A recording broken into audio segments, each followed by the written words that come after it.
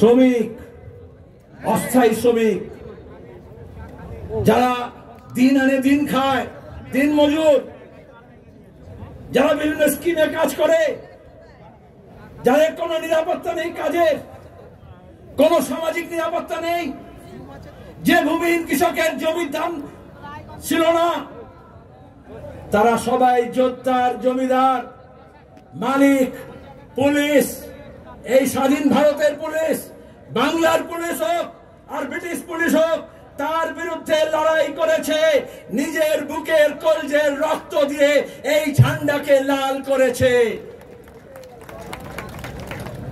আজকে শুভেন্দু বড় বড় কথা বলছে, তৃণমূলের ঝান্ডা নিয়ে কিষানজির মাওবাদীদের ল্যান্ডমাইন আর মেশিন গান নিয়ে কি বলেছিল, মেদিনীপুরে লাল ঝান্ডা কেন, লাল ন্যাকড়াও দেখা যাবে না। আর এখন সেই তৃণমূলের ঝান্ডাকে নিয়ে ন্যাকড়া বানিয়ে অমিত শাহের পেছন মুছতে গিয়েছে, বলে দল বদল করেছে।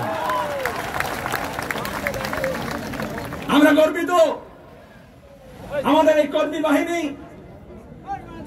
যাদের জন্য কোনো ছাউনি করতে হয়নি, এয়ার কন্ডিশন ক্যাম্প তো ছেড়ে দিন, তাবু ছেড়ে দিন, কোনো খানা ব্যবস্থা করা হয়নি। এই প্রচন্ড রোদে দুপুর বেলা কি করে এসে বসবে লাখ লাখ মানুষ, মিডিয়া এই নিয়ে গবেষণা করছিল। এই বাংলার দিশা পাল্টাতে, দশা পাল্টাতে আজকে আমাদের প্রকৃতিও সহায়, আজকে এত তপ্ত রোদ হয়নি, মেঘের চাদরে মুড়ে দেওয়া হয়েছে। কেন আমরা এসেছি? আমরা লড়াইয়ের বার্তা দিতে এসেছি। এখানে লড়াই শেষ না, আজ থেকে লড়াই শুরু। মানুষের যে দুর্দশা আজকেও দেখেছেন, খড়গপুরে রেশমি মেটালিক্স, যা তৃণমূলের নেতাদের তোলা দিয়ে কারবার চালায় আর জমি দখল করে, সেখানে দাঁড়িয়ে ধসে 3 জন শ্রমিকের মৃত্যু হয়েছে। আমি সেদিন গিয়েছিলাম মুর্শিদাবাদের শামশেরগঞ্জে, সুতির সাজুর মোড়ে, কোথাও পুলিশের গুলিতে আর কোথাও দাঙ্গাবাজ হামলাকারীদের বিরুদ্ধে আক্রমণে যে মানুষ মারা গেল, তাদের কাছে গিয়েছিলাম ঐক্যের বার্তা নিয়ে, সম্প্রীতির বার্তা নিয়ে। আমরা এখানে যখন মিটিং করছি, আক্রান্ত আমরা প্রতিনিধিরা, যে অম্বিকেশ মহাপাত্র কার্টুন ফরওয়ার্ড করেছিল সত্যজিৎ রায়ের বার্তা, তাকে তৃণমূল হামলা করেছিল, পুলিশ মামলা করেছিল, জেল দিয়েছিল, তার নেতৃত্বে আমাদের প্রতিনিধি দল, এখন আমরা আক্রান্ত। তারা ওই মনিন্দ্র বর্মন লোকগীতি গায়, ভাওয়াইয়া সঙ্গীত, এই শিক্ষক নিয়োগের দুর্নীতি, আজ 26,000-এর চাকরি গিয়েছে, তার জন্য গান বেঁধেছিল, গান লিখেছিল। স্বভাব কবি, সব সময় গান লেখে, গান গায়, লোকশিল্পী বলতে পারেন, গ্রাম্য শিল্পী বলতে পারেন। গান আপলোড করার পরে পুলিশ তার বিরুদ্ধে মামলা রুজু করেছে, তাকে পুরো হামলা করেছে, সে এখন ঘর ছাড়া। যারা আমাদের ঘর ছাড়া করছে, আন্দোলনকারীদের ছাড়া করছে, আমরা শপথ নিচ্ছি তাদেরকে আমরা রাজ্য ছাড়া করে ছাড়ব।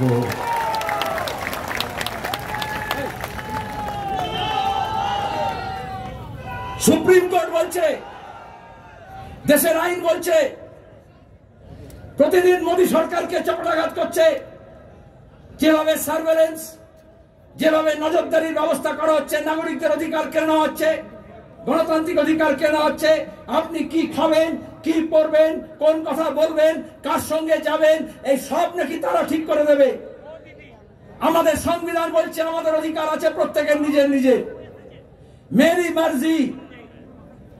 সেখানে দাঁড়িয়ে আমাদের যে বৈচিত্র্য আছে, এই যে আলাদা পোশাক আছে, আলাদা খাদ্যাভ্যাস আছে, আলাদা বুলি আছে, আলাদা ভাষা আছে, আজকে একটা ফাঁসিবাদী রাষ্ট্র তৈরি করার জন্য, যে না ফাঁসিবাদী ঝোঁক দেখা দিচ্ছে, আরএসএস এই কাজটা চেয়েছিল, ধর্মের উন্মাদনা তৈরি করে, ধর্মীয় ভাবাবেগ তৈরি করে একটা ধর্মীয় রাষ্ট্র করব বলে তারা গোটা দেশে, উত্তর ভারতে, মধ্য ভারতে, পশ্চিম ভারতে গত 3 দশক ধরে যে তাণ্ডব নৃত্য করেছে, গুজরাটে যে গণহত্যা করেছে, আজকে মমতার দয়ায় আর দোয়ায় সেই আরএসএস আমাদের রাজ্যে ঘর বাঁধছে আর মানুষের ঘর ভাঙছে। রাজ্যের পুলিশ, তৃণমূল কংগ্রেস, রাজ্যের প্রশাসনের মুরব নেই এই দাঙ্গাবাজদের আটকাবে। তার জন্য লাল ঝান্ডাকে মজবুত করতে হবে, ডান্ডাগুলোকে একটু মোটা করতে হবে।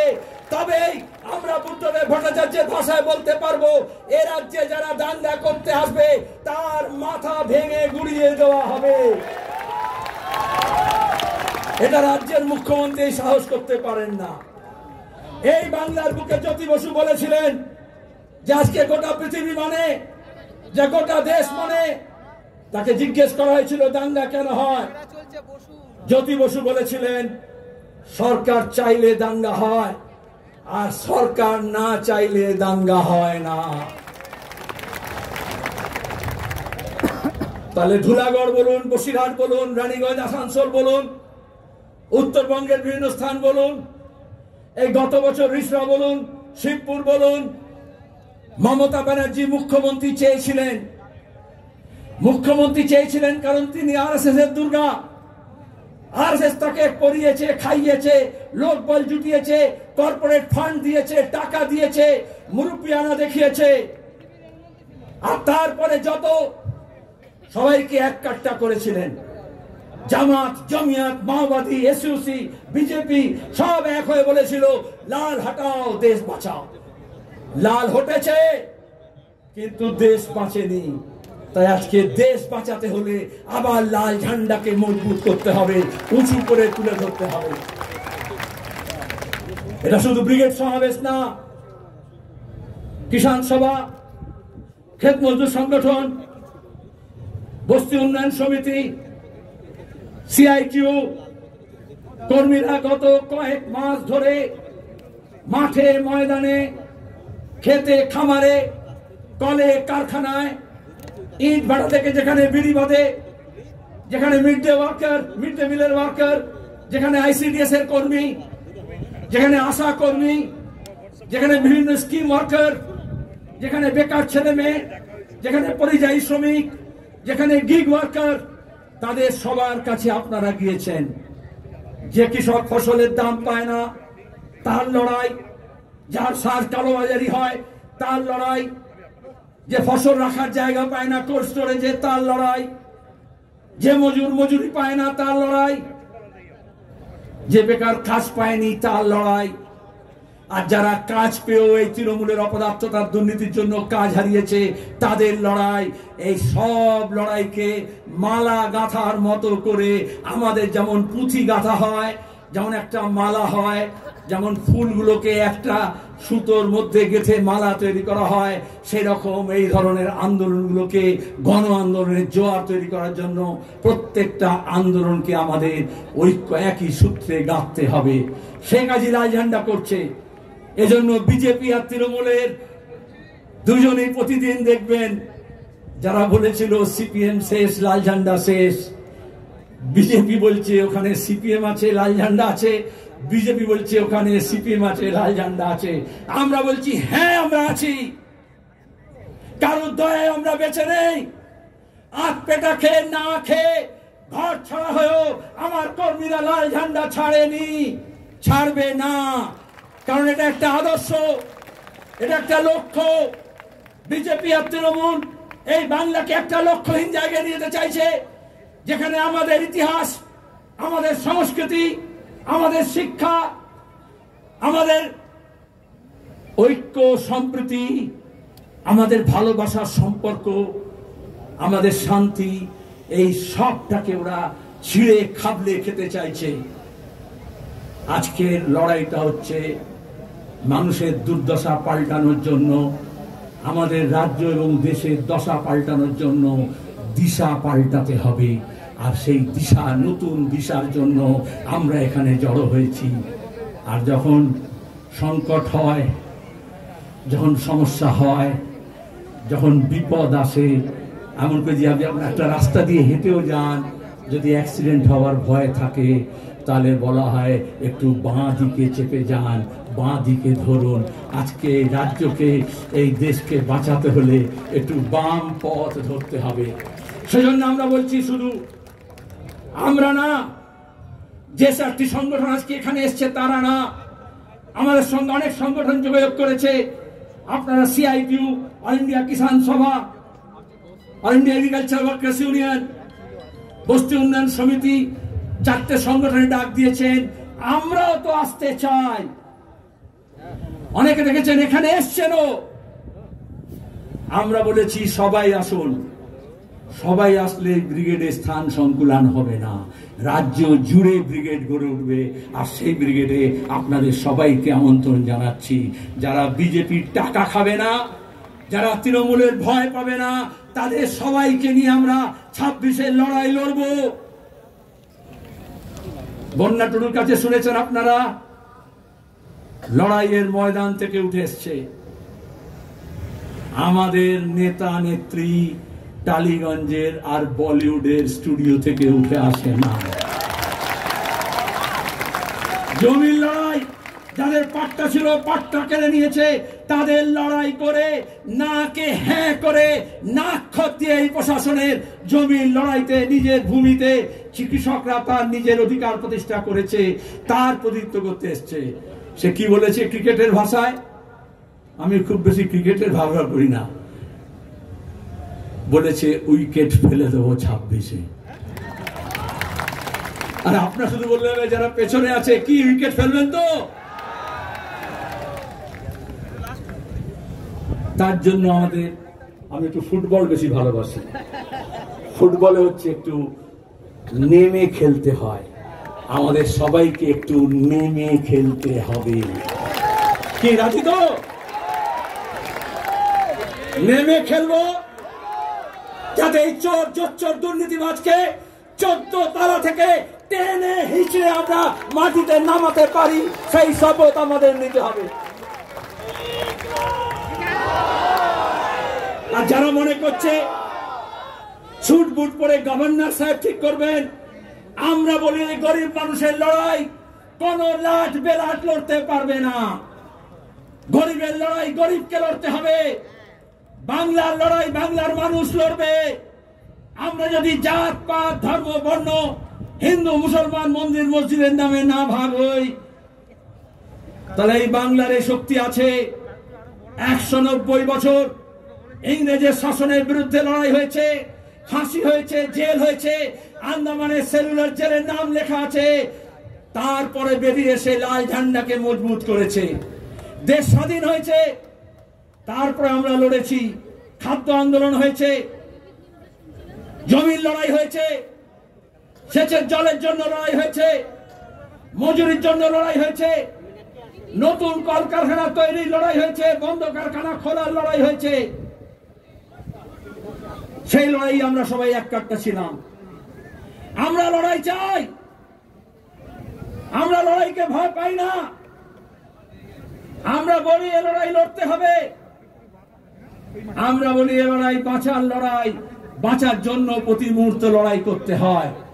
কিন্তু সেই লড়াইটা মন্দির আর মসজিদকে ঘিরে নয়, সেই লড়াইটা হিন্দুর বিরুদ্ধে মুসলমানের না, মুসলমানের বিরুদ্ধে হিন্দুর না। ধর্মের নামে যারা বেসাতি করে, বাংলাদেশের দিকে তাকিয়ে দেখুন, গণপ্রজাতন্ত্রী স্বাধীন সার্বভৌম ধর্মরক্ষ বাংলাদেশ, সেখানে সংখ্যালঘু অত্যাচার হলো কেন হলো? যারা এখানে মরা কাঁদনি কাঁদছিল, কুমিরের কান্না কাঁদছিল, বাংলাদেশের সংখ্যালঘু নির্যাতনের প্রশ্নে, তাদেরকে জিজ্ঞেস করে কি হলো? সদ্দাম ফুরিয়ে গেল? ইউনূস আর মোদির মধ্যে বৈঠক হলো, আর এখানে সব লেজ তুলে যে হনুমানের দল লাফাচ্ছিল, এখন দু পায়ের পেছনে লেজ গুটিয়ে দিয়ে এখন কি বলছে? এখন মুর্শিদাবাদ দেখাচ্ছে। আমরা মুর্শিদাবাদকে বাংলাদেশের মতো সংখ্যালঘু নিধনের জায়গা হতে দিতে পারি না। কমিউনিস্টদের শরীরে এক বিন্দু রক্ত যতক্ষণ থাকবে আমরা এই দাঙ্গাবাজদের বিরুদ্ধে লড়ে যাব, এই শপথ আমাদের নিতে হবে। আমাদের লড়াই হচ্ছে শিক্ষার জন্য, আমাদের লড়াই হচ্ছে স্বাস্থ্যের জন্য, আমাদের লড়াই হচ্ছে কাজের জন্য, আমাদের লড়াই হচ্ছে আমাদের মা বোনেদের ইজ্জত রক্ষার জন্য, আমাদের লড়াই হচ্ছে মানুষের সঙ্গে মানুষের সম্পৃক্তি গড়ে তোলার জন্য। এই বাংলাকে আমাদের পূর্বপুরুষরা তিল তিল করে গড়ে তুলেছে। এই বিজেপি তৃণমূলের হাতে এই বাংলাকে আমরা সর্বনাশ করতে দেব না। এই শপথ নিয়ে আমাদের ফিরে যেতে হবে। আচ্ছা, সরকারের কাজ কি? ট্রাম চালাবে, ট্রেন চালাবে, গণপরিবহন চালাবে, রেল চালাবে, প্লেন চালাবে, এয়ারপোর্ট চালাবে, বন্দর চালাবে, রেল স্টেশন চালাবে, পোস্ট অফিস চালাবে, ব্যাংক চালাবে। মোদী সরকার বলছে ওইসব আদানি আম্বানি চালাবে। বলে তুমি কি চালাবে? বলে আমি মন্দির চালাবো, আমি মন্দির বানাবো, আর নাহলে আমি ওয়াকফ বোর্ড চালাবো, আমি ওয়াকফ সম্পত্তি রক্ষণাবেক্ষণ করবো। আরে বাবা, যখন ভোট চেয়েছিলে তোমার ম্যানিফেস্টোতে কথা বলেছিলে, তখন তো বলেছিলে সবকা সাথ সবকা বিকাশ, আর এখন হচ্ছে ধরে ধরে সবকা বিনাশ। ওয়াকফ আইন যে পাল্টালো, আজকে সুপ্রিম কোর্টও বলেছে, প্রাথমিক কথা বলেছে, ইন্টারিম কথা বলেছে, যে কথা আমরা বলছিলাম, আমাদের সংবিধানে সব ধর্ম, সব জনগোষ্ঠীর নিজস্ব মত অনুযায়ী, বিশ্বাস অনুযায়ী তাদের অধিকার আছে, সেটাকে পালন করা, সংগঠন গড়ে তোলা, প্রতিষ্ঠান গড়ে তোলা, তাকে চালানো। যেমন গুরুদ্বারা চলে, যেমন গির্জা চালানো হয়, যেমন এই যে তিরুপতির মন্দির দেবস্থানম চালানো হয়, তিরুমালা দেবস্থানম চালানো হয়। সরকার এসে বলছে ওরে বাপ রে বাপ, এখন মন্দির মসজিদে অনেক লাভ আছে, চল হট তোরা সর, আমরা এগুলোকে চালাবো। আরে তুই ট্রেনটা ভালো করে চালানো, যাতে ঠিক সময় ট্রেনটা চলে, ট্রেনের বাথরুমগুলো যাতে ঠিক মতো পরিষ্কার থাকে, আর এয়ারপোর্টগুলোকে সব আদানির হাতে না দিয়ে, বন্দরগুলোকে আদানির হাতে না দিয়ে, যেটা চালানোর কথা সেটা চালা।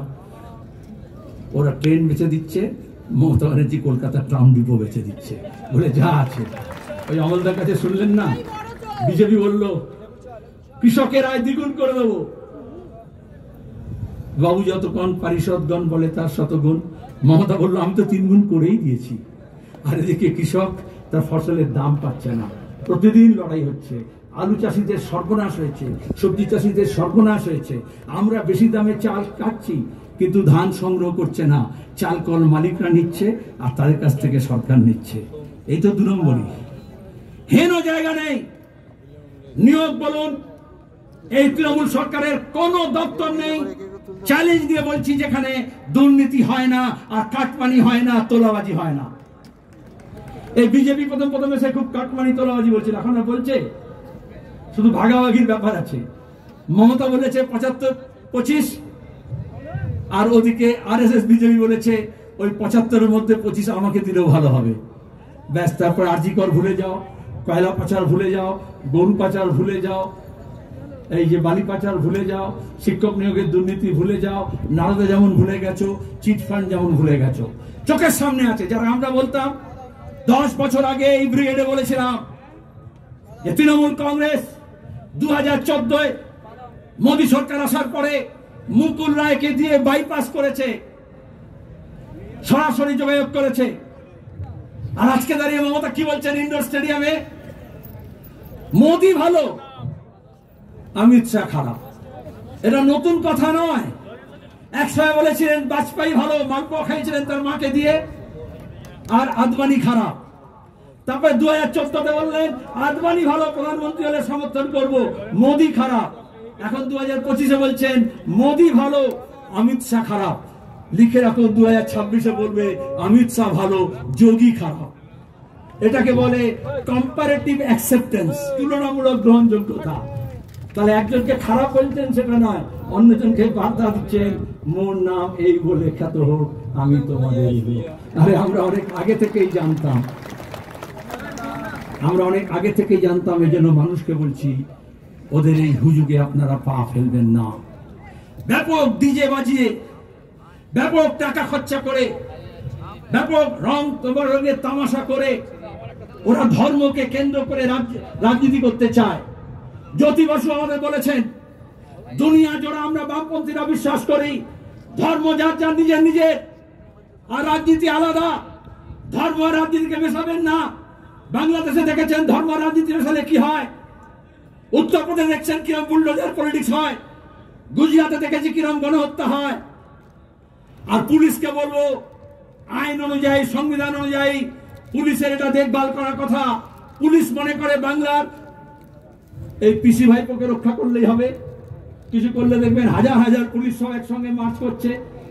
আর কেন্দ্র বাহিনী মনে করে মোটামুটি যে চোররা তৃণমূল থেকে চুরি করে বিজেপির দিকে লাফিয়েছে, এই ডাল থেকে ও ডালে গেছে, তাকে রক্ষা করাই হচ্ছে কেন্দ্র বাহিনীর কাজ।